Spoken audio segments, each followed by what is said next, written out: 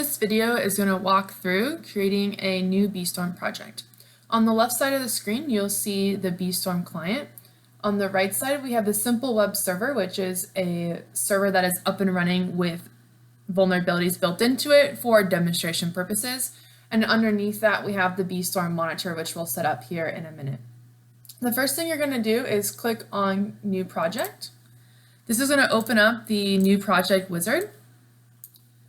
And then you're going to put in a name of the project, the location you would like the project to save to on your device. In this case, we're going to use the simple wizard, so it's just the basic information you need for our project, and then click Next.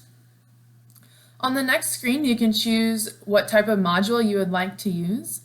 You have the option to choose a predefined module, import a custom module, or you can build custom modules for network modules, file modules, API using the web application module tool, or also a CAN bus module. In this example, we're going to use a predefined module, the HTTP Simple Web Client. My server is up and running on my local host, which is 127.0.0.1. So I'm going to put that in the hostname or IP address box, and it's on remote port 80.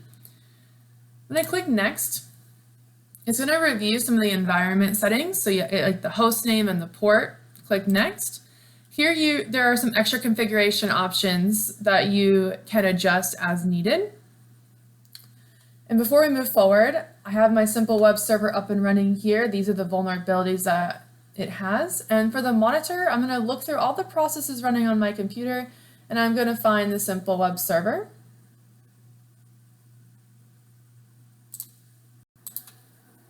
Here is a simple web server.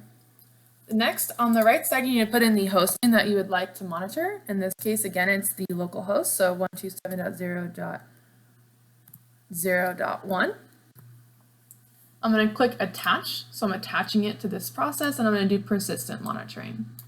Now that we have that set up, I can minimize that, and I'm going to click Next in my project setup. Click Finish. Now the project is created. You can see the project here, HTTP Simple Web Client, and we can start fuzzing.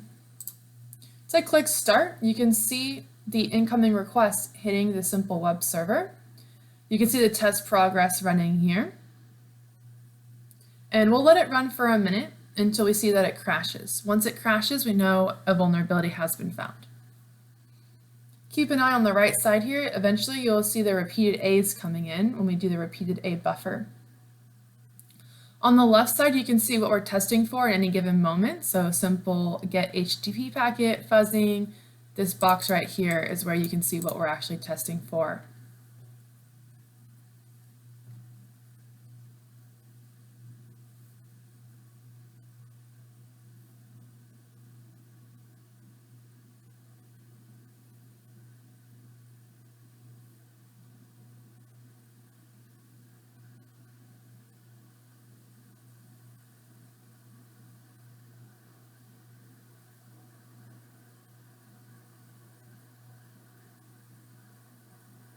Okay, so it just crashed. A potential vulnerability notification pops up on the screen, and you can see the attack vector that was used. You can also see the information about the vulnerability listed here.